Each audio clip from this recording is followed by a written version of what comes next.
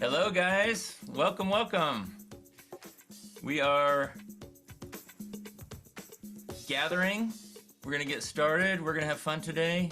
I think we have about 20 people on. If you would like to introduce yourself in the chat window, that'd be great. We're going to ask some questions later and use the chat window, so that'll warm us up. Just tell us who you are and where you're from.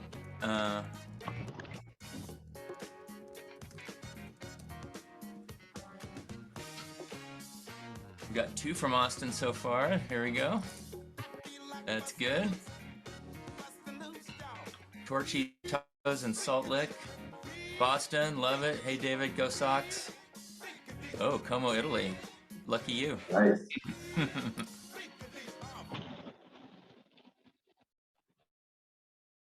All right.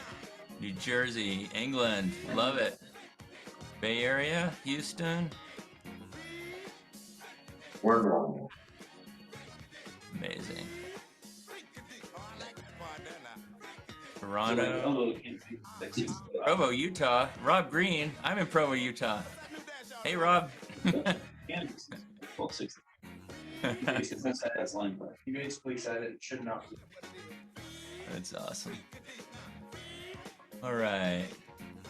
Denver, Alberta, Canada, just up the road. Bay Area, Houston. I think Texas is winning so far. For those of you just rolling in, we're introducing ourselves, saying where we're from in the chat. California's catching up. East Bay represents Pleasanton. Welcome, Jeffrey. Thank you. Yeah. Good morning. Boston, go Sox. Thank you. It's good. London, Atlanta, Georgia. We're just introducing ourselves in the chat. You won't see all of it if you're just logging in, but that's cool. Just give 2 more minutes. We got 30 people on. That's pretty good. In progress. And just get warmed up here. We're going to ask a couple of questions in the chat to get us all kind of introduced, and then we're going to start moving into this conversation about moving up market. Thanks for joining us. It's an interesting conversation, moving up market. Easier said than done. I'm watching for any smiles out there. It's easier said than done. Those of you who've done it or are in the middle of it probably know what I'm talking about. It's very easy to go up market on a spreadsheet. It's very hard to do it in real life. But that's cool. We've learned some lessons along the way, and hopefully we can help avoid some of the landmines and pitfalls. So to get us warmed up, in the chat, people are introducing where you're from. That's awesome. I got your name and where you're from. But if you would put in the chat, what percentage of your business this year do you think will be from enterprise, however you define it? What percentage of your business will be from enterprise this year? 75%, 30, 0, 5, 60, less than 25, 60, 80, 60, 65. Okay. So several of you, looks like you're started, 80, 20% of new business, got it, 80%. So some of you are way into going up market. Some of you are just in the beginning end. There's one person at 0. So I think we're going to have a good conversation here. Definitely feel free to chime in as we're going. We'll monitor, whoever's not speaking, either Owen or I will be monitoring the chat. We'll respond. Love to be trading insights back and forth among each other as well. And if we bring up something which we intend to that is controversial, cool, like dig in on it. Like maybe we're just trying to bait you. Actually, no, we're being serious about most of what we're saying, but it's not all cut and dried. So there are exceptions to everything. There are conversations to have about every point. So let's have some of that in the chat. And I don't know how you feel, Chris, about people chiming in live, but I'm personally okay with that too, over voice. Absolutely. Amazing. Okay, so next question, and then we'll get into it. What is the hardest thing about enterprise in your mind? Hardest thing about enterprise? Most of you have started. One of you is at 0. Maybe that person, the hardest thing is getting started. I don't know. But those of you who are started, 20, 60, 50, 75%. What's the hardest thing? Longer sales cycle. Yes. People and process. Okay. Account-based acquisition. Account-based acquisition, very different. Yeah. We're talking about accounts, not leads. Multi-threading, multiple people in the decision team, managing the decision team. Tempering expectations for management on velocity of deals. Oh yeah. Okay, different sales methodology, more buyers. All right, we're gonna have a great conversation today. Contract fragility, that's a tough one, Danielle. Selling to a buyer committee, a lot about the decision committee. Anything I'm missing in here, Owen? I just kind of scanned through quickly. Yeah, panel-based buying, not individuals. There are a number of comments about different, the number of stakeholders and stakeholder threading. Amazing. Okay. All right, let's get into it. We, yeah. Why does that look smaller than I thought it would? Oh well. Okay. Here's our agenda for today. We're going to go over how enterprise is different. We're going to give you a quick summary of the TLDR, which I'll do on the next slide. How enterprise is different. Some of the things that you guys are highlighting. Enterprise features, enterprise buying process, the procurement process. Somebody brought up procurement, and that's an interesting one. And FOMO over FOMO, and then how to approach the move to upmarket, how it's been done in the past, some ways that we've seen that are smarter, and some pitfalls to evolve. The TLDR on all of this, moving upmarket does have a big upside, and that's why we all want to do it, but it is not a casual decision. Dave, are you able to share your screen, please? Yeah, are we not sharing? I'm looking at it on this. Yeah, I it's can showing see up in your screen like saved. panel, but it's not. I see it. I see it. So Chris, I'm sharing it through my camera, and then I think Chris spotlighted me. So you may need to go to a view where maybe it's a speaker view or something on your side. So now I'm not spotlighted, right? Can folks raise their hand if they saw There we go. the screen share? Okay. This seems to be better now. Okay. And I believe there is. Okay. Oh, and do you remember how to get it out of blurry mode? I don't. Is there anyone that's still having trouble seeing the screen at this point? Okay, cool. Let's keep going then. I think we might be good. Yeah, go for it. Amazing. All right, so moving up market has a big upside, but you can't just re-aim your current go-to-market motions at larger accounts. Somebody said it's a different sales process. That's definitely true. We need a new motion. It has historical moves to enterprise have required big investments, like dig a big hole, like a $20 million hole. We're going to show you some of the economics behind that. And because of sales cycles, it also takes a while to get that transition over to the other side. It's going to take time, and it's going to change your culture. And we believe there are some smarter ways of doing this. So that's the TLDR. We'll go through the agenda as I outlined. I'll hand it off to you, Owen, and let you just, I'll be your clicker, so you just tell me when to advance the slide.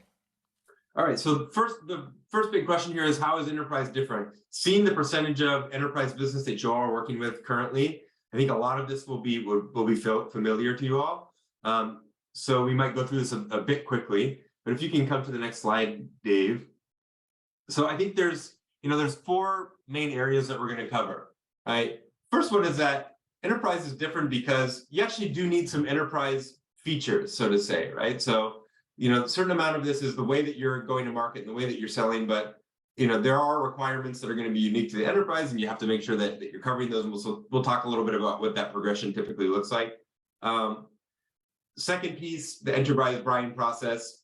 We heard folks say longer sales cycle, more stakeholders, in general, more complexity. You're selling to an organism and not to a person anymore, right? Third, procurement process. It's a different entity in the buying process that behaves differently, right? And so there's a number of mechanisms that you have to be good at working with in order to work well with procurement. And then finally, talking a bit about FOMO over FOMO. So fear of messing up as opposed to fear of missing out. And for any of you that are familiar with the Jolt effect, the new book from the authors of the Challenger Sale, they talk a lot about this concept, and it's especially relevant within enterprise. So we'll be speaking a bit about it as well. You can jump to the next slide, Dave. So let's think about this, right? When you're delivering a PLG product, user features are paramount, and you might have a little bit of kind of team features or collaboration, so there a few people can work together within your tool. But really, the more complex, group or legal or security related features are not going to be too relevant for you. When you start to move up into SMB and mid-market, well, you're probably going to need to have some more advanced management features, nested architecture, tiered access, more advanced reporting, so they can start to prove ROI on what they've gotten from you, and then technical features like interoperability with major platforms, so they can make sure that data is moving smoothly through their process, that they're making sure that the use of your tool is efficient, right? Somebody's now responsible for that. And then when you move into enterprise, you're dealing with InfoSec, legal requirements, security requirements. For those of you who are deep into enterprise, you'll be well familiar with some of those challenges. Let's keep it moving. So I think one of the big ones here, and the big message for a lot of the folks that are just starting to get involved with enterprise, is the complexity around enterprise buying process. I think the core way to think about this is really that, when you're selling to a smaller organization, oftentimes you're working with a champion who's somewhat close to the issue. It personally affects them. They're close enough to the customers to be aware of, close enough to the problem to understand how it's affecting their teams. They have access to budget to buy, and so it's kind of more of a straightforward conversation about how can I help you. When you're selling, the larger the organization gets, the more that, as an organism, the company has to put together a set of defenses that make sure that, the use of the company budget is not being usurped by the interests of an individual over the interests of the company, right? And so everything starts to change. Sales cycles extend to 6 to 9 months. You're needing to put together mutual action plans to help orchestrate the process. You're dealing with different stakeholders with different objectives. You really need to have a strong internal champion, not just an internal champion, meaning that they experience the pain, they have the power to make the decision, they have a vision of what the future state looks like. Also have to understand the politics, who are going to be the detractors, what have they bought in the past, where are people coming from, what have they used before, and then the approvals process, right? And also you're going to need to have a pretty deep product or use case review process that allows for you to map the impacts, the ROI that you're going to provide the organization with, the success criteria that they use to actually make the decision. So let's keep it going. We'll dive into a couple of these really quickly. So for those of you who mentioned, the stakeholder management in the chat at the beginning, you're well aware with this type of dynamic. When we think about the enterprise buying process, right, where previously you might have just worked with kind of a decision maker / champion, now it gets a little bit more complex. The champion and the decision maker might be far enough from the problem that the first person to actually, be your advocate internally is an initiator. That's maybe a frontline manager, for example, that's researching online, understanding what tools are out there, and is a bit more forward thinking. They may be the one that go to the champion, so the one that has, the actual responsibility over that issue area, over the department, to advocate. Bless you. And then there might be a difference now between the champion and the decision maker, right? Because a decision maker has.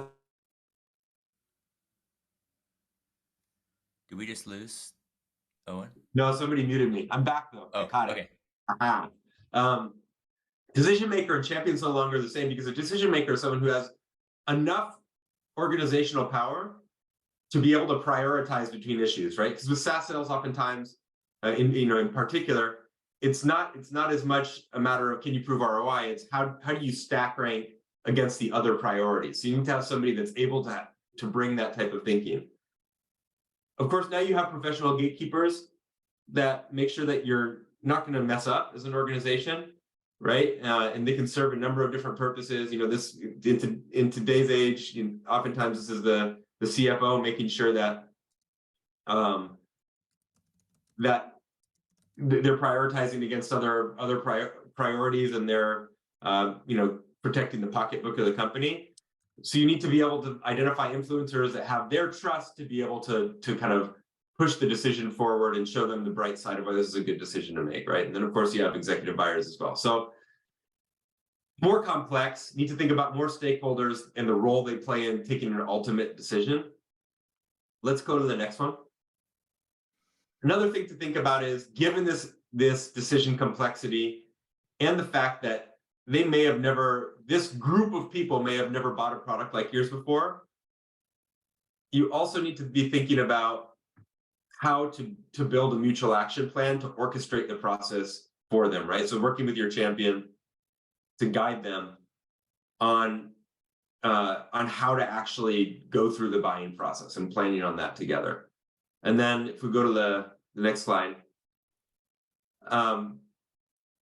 typically when you're moving up market, technical review becomes much more complex, right? So and it's really a matter of making sure that you're being proactive in how you're orchestrating their decision criteria and decision process around the aspects of your product that map to the ultimate outcome that they want to achieve, right? So it's not just working with the technical audience, it's not just working with the economic buyer, it's orchestrating the process between both audiences and doing it around a commonly agreed upon set of success criteria, and then running parallel conversations with the technical group and with the business audience or the kind of problem owners, to draw that alignment between them, right? Which is a different activity than, for example, putting somebody on a free trial or just doing a couple of demos.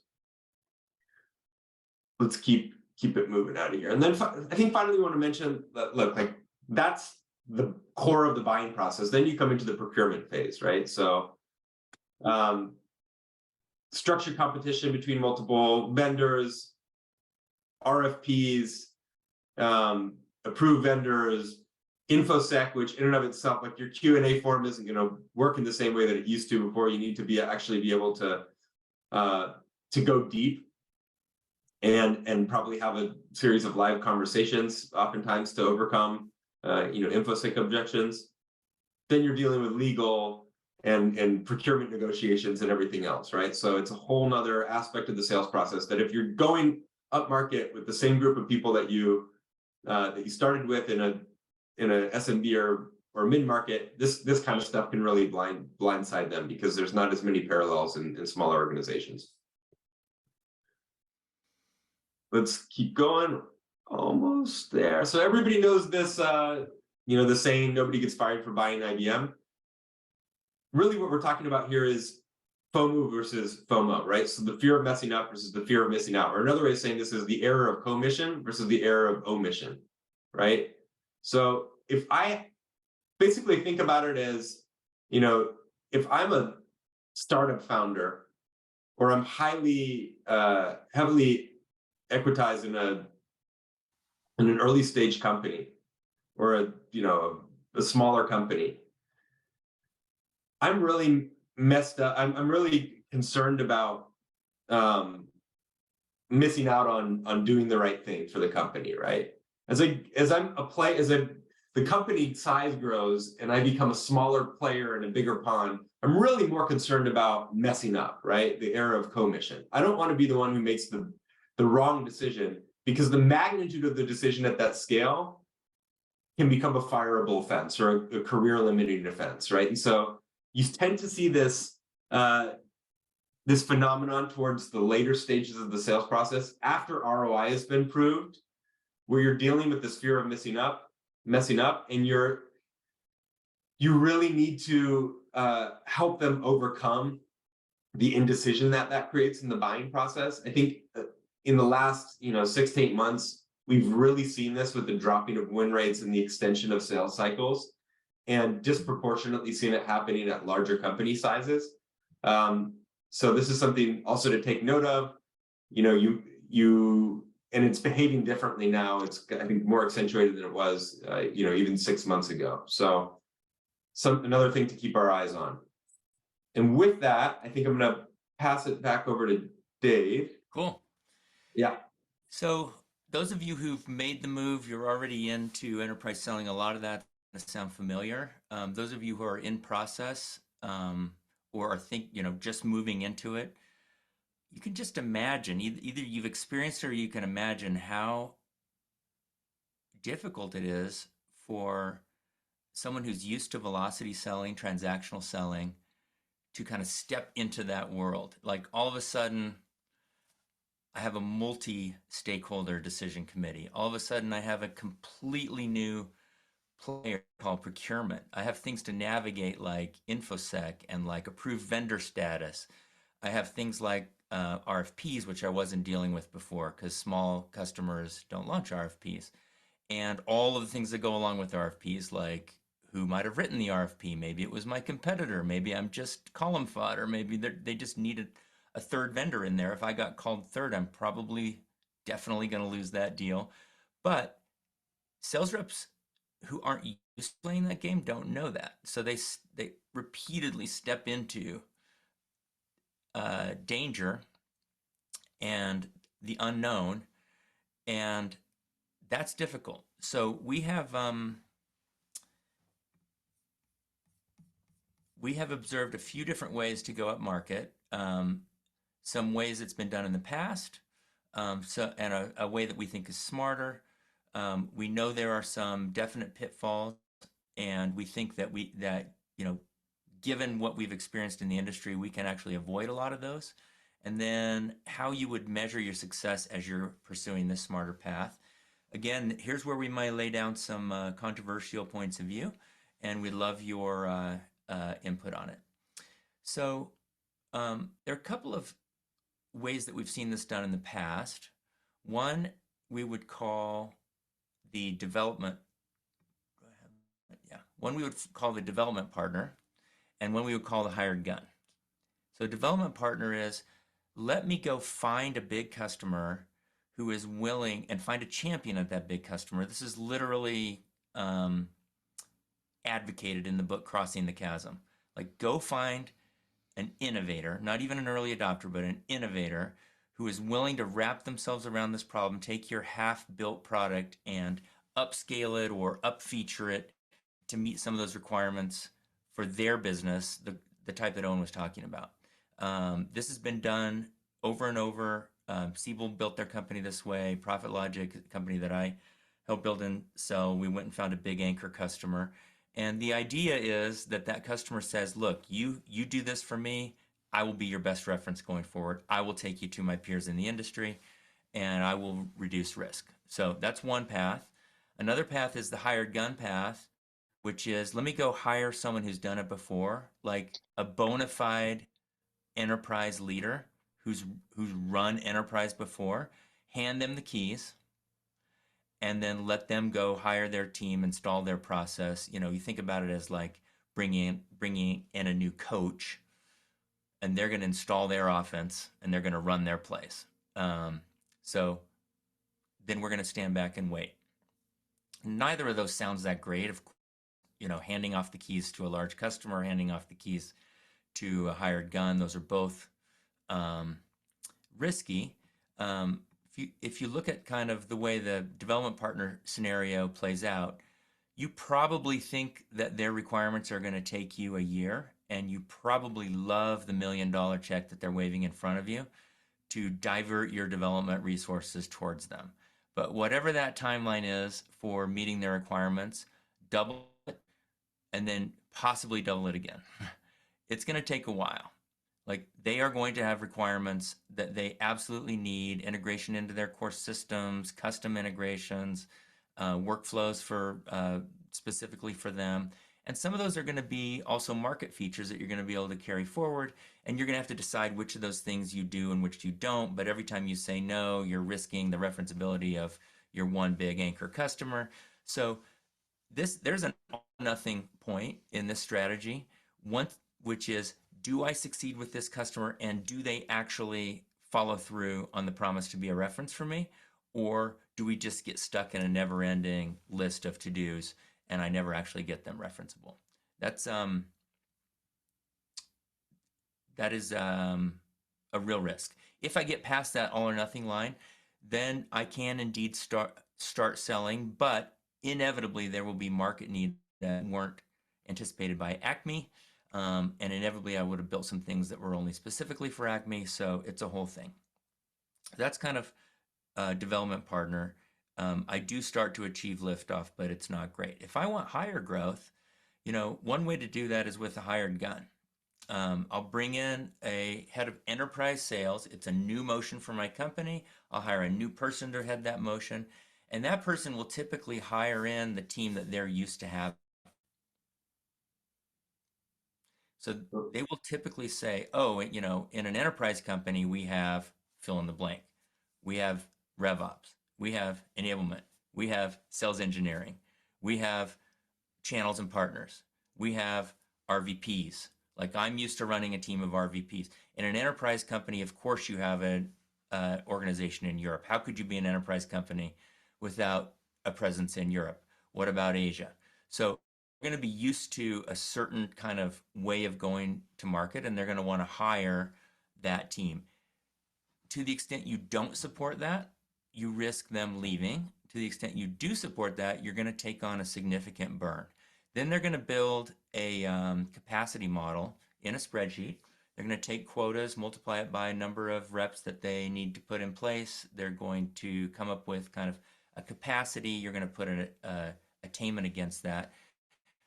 But what is very difficult for an enterprise leader to know about the transition, especially if she's never experienced the transition and she's only ever been in places that have ongoing enterprise motions, is what it takes to get from here to there. So ramp time takes a lot. And if you bring in all your enterprise reps at once, you're going to be ingesting all their ramp at once. Ramp to full productivity is 12 months. And everybody wants to put it in the spreadsheet as 9 months or 6 months because blah, blah, blah reason. It's 12 months. And what they also don't know is that rep success rate is going to be low. It's going to be low at first. It's not going to be like it was at their last company, because now they're dealing with a product that's only ever been sold on a transactional basis, or it's mostly been sold to smaller companies. And so there are going to be features, there's going to be feature deficiency, and there's going to be process deficiency. It's not quite mature yet. And so these reps who are used to operating within a well-oiled machine are going to be dealing with some of your growing pains. And so success rate's going to be 50%. Some of them are never going to hit quota. Some of them are going to bounce. And you're going to have to just ingest all of that. While you do that, we will see a lot of spend up front. We will also see, because this person will succeed, they've seen the movie before, they will succeed, we will see a high growth rate. That's amazing. But the problem with this is, it is very hard to get profitable, because every time you get successful, they're going to need more. They're going to fund the next phase of growth, the next phase of growth, the next phase of growth. Your expenses are going to keep going down. Your profitability is going to stay relatively flat at a negative level, and you're going to be buying growth. That is the world that we've lived in SaaS for almost 2 decades. we'll go buy growth. So you earn your way up to enterprise, then you go start buying growth into bigger and bigger companies, more and more markets. So, you know, our provocative question is, what if you could do it differently? What if you could build an enterprise business that doesn't lose money? What if you could build from your strengths instead of just jumping into your weaknesses? Like, you know, jumping into partnership with a large customer, jumping into a domain that you don't understand and that you need somebody to kind of be your river guide on. You know, what if we could build from our strengths, and what if we could maintain control of our own destiny? That is what we think a smarter way is to do it. Now remember, none of the challenges that Owen brought up have changed. We still need enterprise features. That's still true. We still have an enterprise buying process. It's going to take 6 to 9 months. It's going to have multiple stakeholders, all the stuff that Owen talked about, all the stuff that you put in the chat. We still have this issue right at the end of the sales cycle where my champion gets cold feet because they don't want to mess up. And we still have procurement. That's all still true. But there is a different way, and we've seen companies pursue this way. It is a methodical kind of land and expand scenario. So step one in this scenario is, instead of building all the enterprise features up front, yes, add enterprise features, but add them slowly, add them methodically, add them in a way that doesn't take over your entire roadmap. Continue to develop for the market, and then add this feature, and then this feature, and then this feature in a methodical way, not student body left, and then turn down customers who need more than you have. Hard to do, but if you can turn down customers who are going to hijack your roadmap so that you can maintain control of your roadmap, you can move methodically into the enterprise space. So that's number one. You want to keep control of your roadmap. Number two, instead of trying to sell an enterprise customer wall to wall, which could take your company down, land small. Like, if you don't have huge enterprise features, fine. Maybe you have enough to satisfy a department. You know, you remember Owen was talking about how this requirement accelerate from users to teams to management.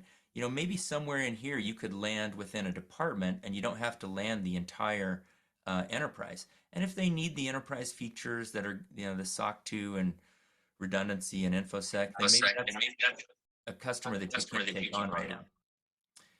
Okay, so one, maintain control of your roadmap. Let me get back to that slide. Two, instead of ending wall to wall, take on pieces of an organization that you can succeed with, and then grow, and then leverage that success to then grow from there. And then three, instead of hiring a big gun outside revenue leader, take an existing leader and start working with her on what it's going to take to go up market. Now, she won't know like we said before, she won't know everything that's in store. So she's going to need some advice. You probably do want an advisor from the outside. You probably do want blueprints and playbooks, the type that Owen was showing, so that when she is up against procurement, she knows what that looks like, and she can decide to go into that battle or not go into that battle. She might need a coach, but we have found that existing leaders who have proven their ability to sell to smaller companies can also learn this game of selling to bigger companies if they have the right DNA and the right will and the right coaching. So a lot of companies have done this. HubSpot's first head of sales, as they were moving upstream, had never had a sales role before he led sales at HubSpot. Atlassian's head of sales today never had a sales role. It's a $3 billion revenue company before the one that he has now at Atlassian. And the first head of sales at Lucid had never had a sales role before he took over sales at Lucid. All of these revenue leaders learned how to move methodically from SMB to mid-market to enterprise with appropriate coaching. And when you do that, the result is not the same growth trajectory that we saw with the enterprise leader, but guess what? Capital markets aren't supporting that growth trajectory anymore. It was too expensive.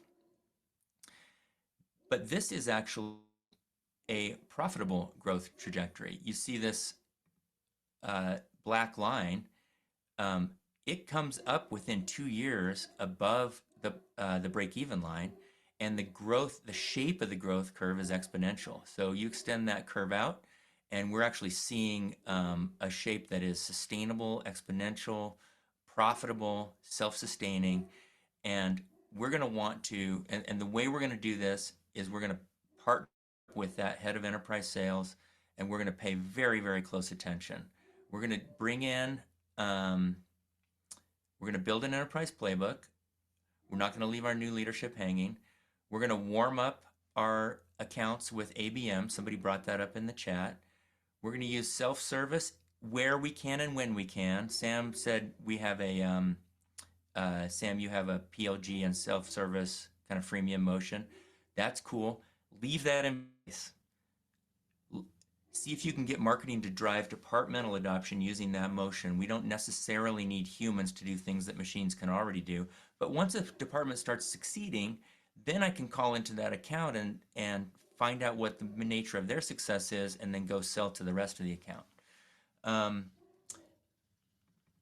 That's called product-led sales. So if you have a self-service motion, we can use product-led sales to expand the initial footprint. Our experience is, especially in the beginning, have AEs do their own demos. Don't have them pull in, you know, I have an expert over here for value engineering, an expert over there for sales engineering, an expert over there for technical integration, an expert over there for whatever. You know, that's a very heavy motion. Have AEs do their own demos. They'll learn a lot faster, especially as you're moving up market. They'll learn a lot faster, and they'll be able to shorten the feedback loop back to product. And then you're going to pay attention deal by deal. Which deals do you want to try to win? Which deals do you want to step away from? Which deals are going to hijack your roadmap? Which ones are going to leverage the things that you already have? Which deals are probably worth the fight? And which ones are just going to suck up time and attention forever? Which ones have a real champion attached to them, which Owen talked about, versus a pseudo champion? So we're going to pick our deals. We're going to partner with our sales leader, make sure they know which battles they want to go into. We're not going to do any mega deals at first, and we're going to pursue this plan that gets us to profitability within 2 years. And one thing to remember, Jake, that's a good point about Brian Halligan. So that was probably the coach. So Jake said in the chat, HubSpot's founder came from PTC sales. So he probably was the coach for Mark Roberge, who was the first sales leader who had never had a sales role before that. Probably followed this model to a T. I didn't know that, Jake. That's a good point. So one thing to remember, we are adding a GTM motion here. And when you first build out a GTM motion, you have a lot of iterating to do. You got to figure out, you know, PMF is one thing, product market fit. Go to market fit, a lot of iterating. Figure out what works, figure out what doesn't. Do more of what works, do less of what doesn't. Processize that, figure it out. You probably did in the SMB space. You probably did that in the mid-market space. It's probably working for you quite well, and you're probably now saying, well, now I'm ready to add enterprise. Okay, cool. Some of you are beyond that. But when you go to add enterprise, just know you're going to go back to the beginning, and you're going to go through this iteration again. You're going to try to figure out procurement cycles, figure out buying committees, figure out quota and territory assignments, figure out your organizational approach, and you're going to do more of what works and less of what doesn't. You don't want to take it on all at once. You want to do it methodically, and you want to know that it's going to take you some time. Once you have both of those GTM motions, or maybe it's a third GTM motion working, the cool thing is that that all compounds. And the really cool thing about enterprise is a land in a big company has a lot of expansion potential. A land in a small company might be the end of the story, but a land in an enterprise company can then go expand, expand, expand again. So the compound growth on the back end of enterprise is the golden egg. That is what we're all going for. So when we go up market, it's because of that. It's because we know that there's compound growth on the back end of that. All right, let me pause there, see if, just check the chat. Any questions, comments? Let's see, in large organizations, one needs to clear an additional hurdle around, we already have a vendor for that. Oh yeah, did I miss anything? That was the, and procurement will use to quash adding a new vendor with an alternative tech. Absolutely. It's like, why do anything? It's all working for us right now. That's a big one. Let's see, enterprise playbook would be key for this, plus AEs doing their own demos and not leaning on SEs. Yeah, it requires upskilling. Totally agree, Jessica. I don't want to already comment on that. Thank you guys for engaging in the chat. So as we move methodically into enterprise from the motion that we already had working, here are some recommendations for what to measure. Notice, let me just take it off slide view for a minute. This is going to sound weird. ARR, like absolute ARR, is not the number one thing to pay attention to when you're trying to build go-to-market fit. Because I could have gotten a single $3 million deal or a single, when I was at ProfitLogic, I sold a $6.5 million deal, one deal, and we declared victory at the very beginning of our journey into enterprise. $6.5 million.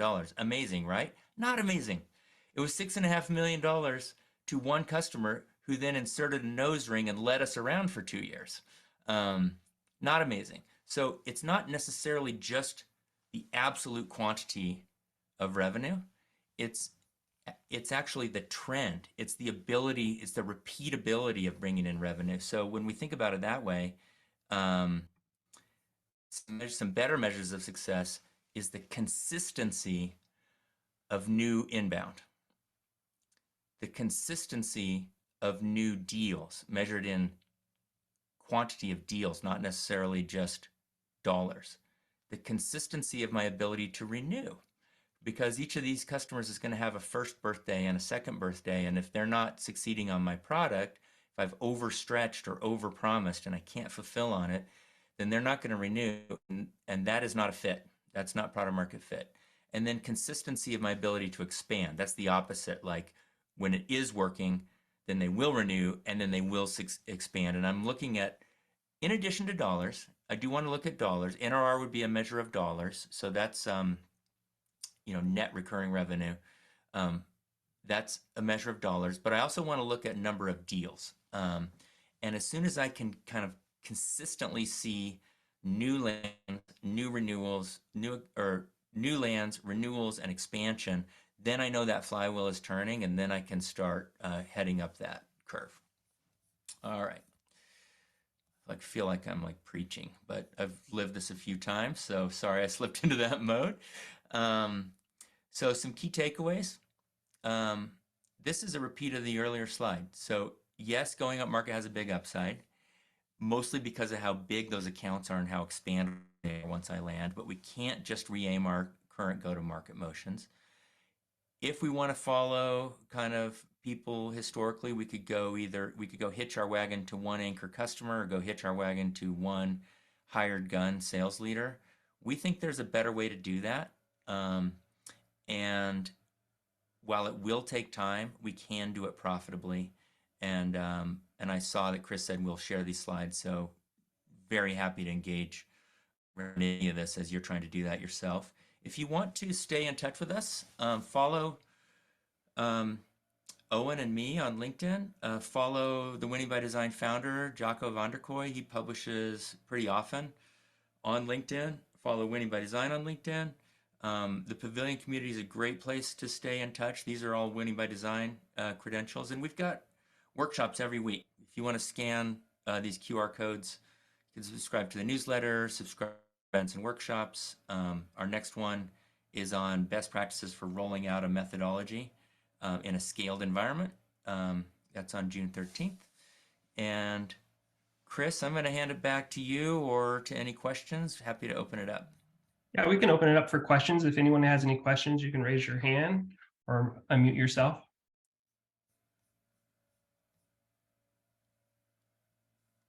Don't be shy. We're all just humans doing jobs. Hey guys, I have a quick question. Well, more of an inquiry, just on the whole model. This is great, but when it comes to product and industry complexity of where your product sits, what are you chiefly looking at to kind of tweak in the broader model that was discussed today? So I'm thinking obviously more in the complex range. You've got a complex product in a complex or highly regulated industry. How are you tweaking? And what are you thinking about for those situations? Give me a little more, like, maybe just tell me your example. So, like, you know, have maybe a complex product now.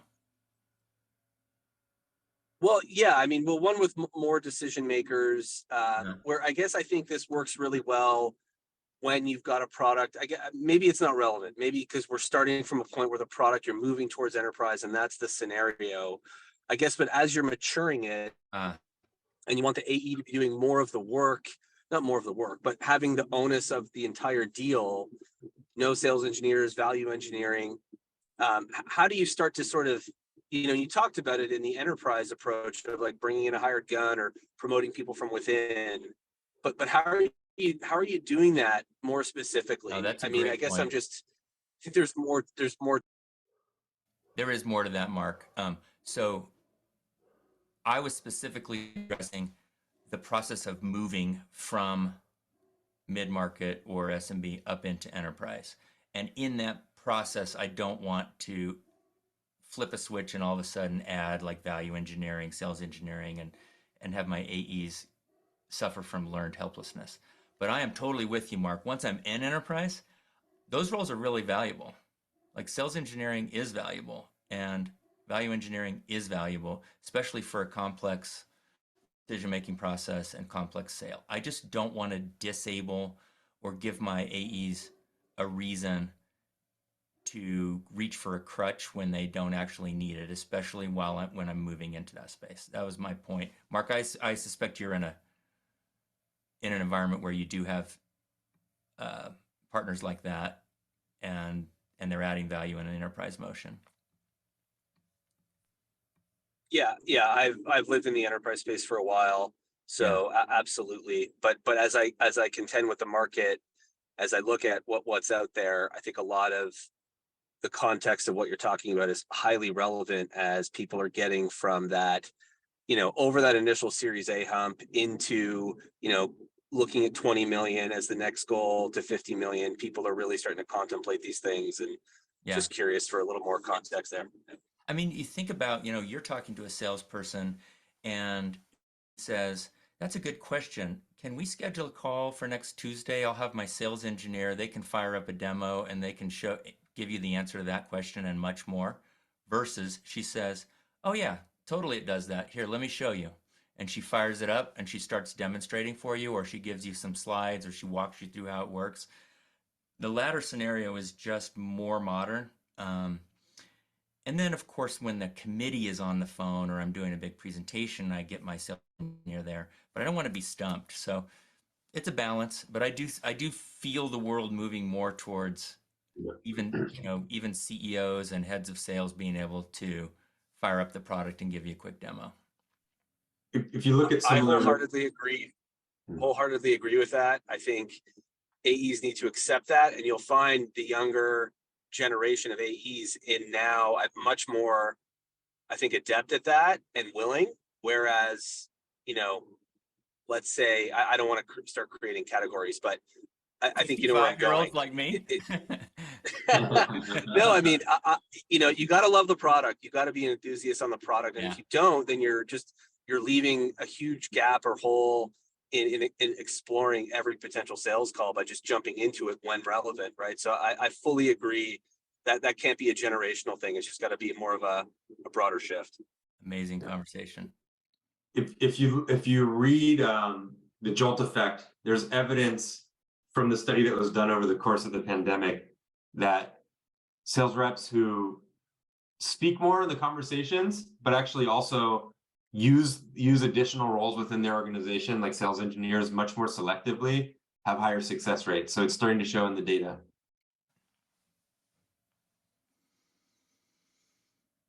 Okay, David, key considerations about selling enterprises. Any thoughts that focus on, or presentations focus on determining the appropriate product market fit beforehand? Um, it may go beyond solution features. Yeah. So David, um, this is my point of view. Someone on the call may have a more nuanced point of view. I don't think product market fit for enterprise is that much different than product market fit generally. And my point of view on product market fit generally is that it's about usage retention. Like, I'm going to get the product into the hands of some customers, and if they are getting value, if they're seeing impact from it, they're going to continue coming back, and I'm going to see that in my numbers. So usage retention tells me that I actually am solving somebody's problem. We're creating an impact. And so early on when I'm developing a product, if I don't see usage retention, I need to go talk to people, make some changes, etc. In enterprise, I think it's pretty similar. Like, and I don't want to go full bore, $10 million investment before I've had the chance to test that out. That's why I kind of want to ease into it a little bit. Go land a department, see if it's working for them. Is it providing impact? Can I see it in the numbers? I recommended here renewals, but you may even see it before renewals if you see whether the humans are actually solving their problem based on your product. If they are, then you probably at least have a product market fit, and then you need to work, and then we need to continue working on go-to-market fit to see if we can do a repeatable motion to get that into the hands of those humans.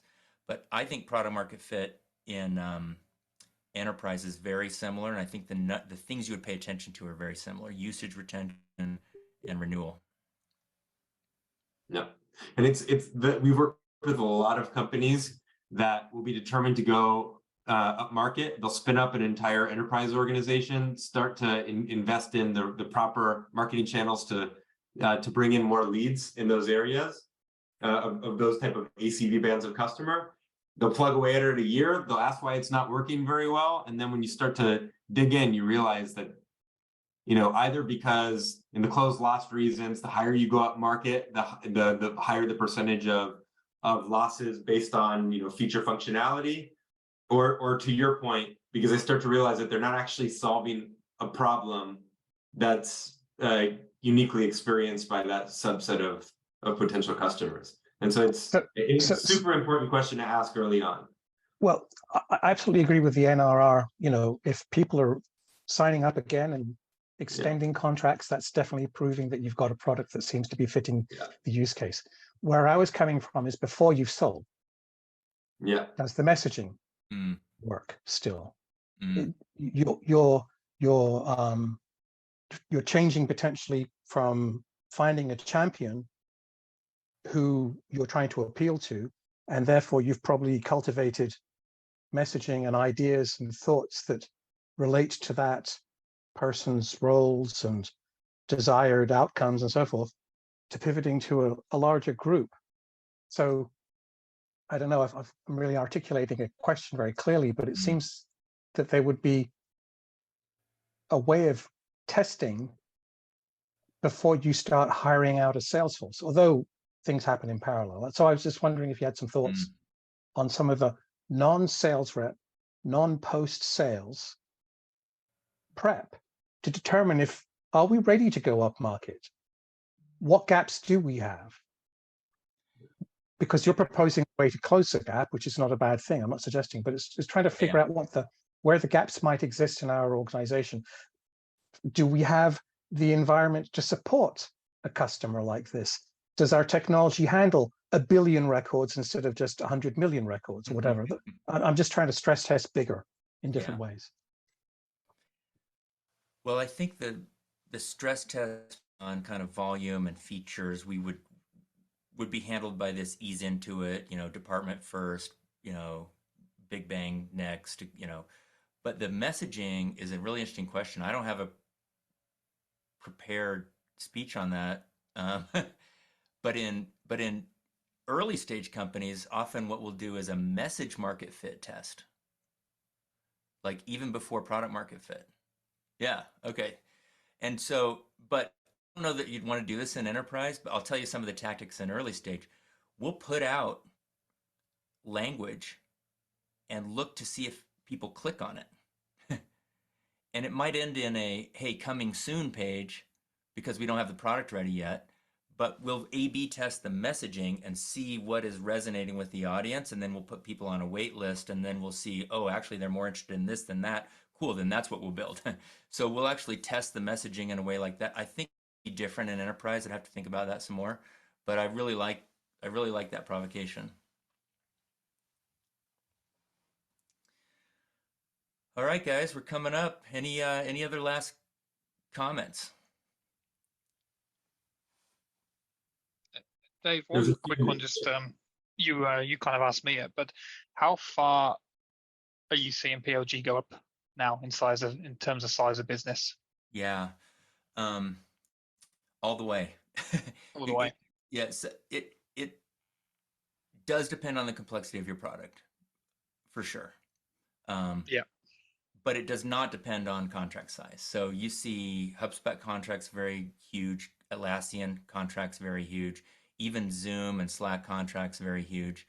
But what happens is there's a certain point where PLG acquisition stops and PLS starts.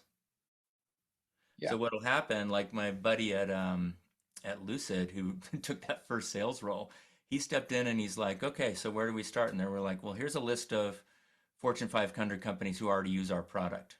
And he was like, what? Are you kidding me? So let's call the first one. 50 people on the product, succeeding. Their managers or manager's manager didn't know about it. He tells them what's happening.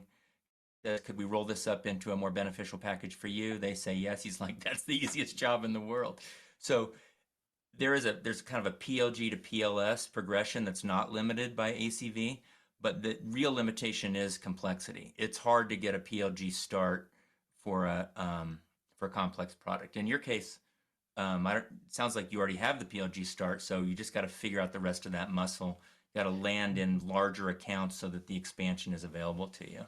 We've got that piece as well. We're the Lucid. We just haven't figured out the next step. Oh, rock on. Yeah. Wonderful. Yeah, we're in a weird position, which yeah. That's a beautiful position. I think I'd love to talk to you about it. Yeah, I'll ping you. Thanks, brother. We have a question about value of partners in the chat. Building a partner ecosystem to help support with the deal. Or a comment. Mm-hmm. Yeah. I mean, I have a lot of experience with partners, not all of it positive, probably a small subset of it positive. There are other people who are way better at partners than I personally am. We have some people at Winning by Design who've done a lot of the partner-led go-to-market. Distribution partners and value-added resellers, totally get it if that is your go-to-market. But if you are telling yourself partners are going to take me to market alongside my my sales team, we convince ourselves of a lot of things that aren't true. All partners are going to act in their own interest, as are our reps. They're all going to act in their own interest. So when push comes to shove, they're trying to retire their quota. We're trying to retire our quota. They're not going to work for us, and we're not going to work for them. So you just got to be just really realistic about incentives. And then there are models like reseller models that work, but they're different than what I just described. It's not like I've got quota carrying sales reps that are going to be magically carried into places by benevolent partner reps. That rarely happens. Looks like we're at the top of the hour. Cool. Well, let's send us off with a little music. And guys, happy selling out there. Have a great week. Thanks, everyone. Thanks, guys.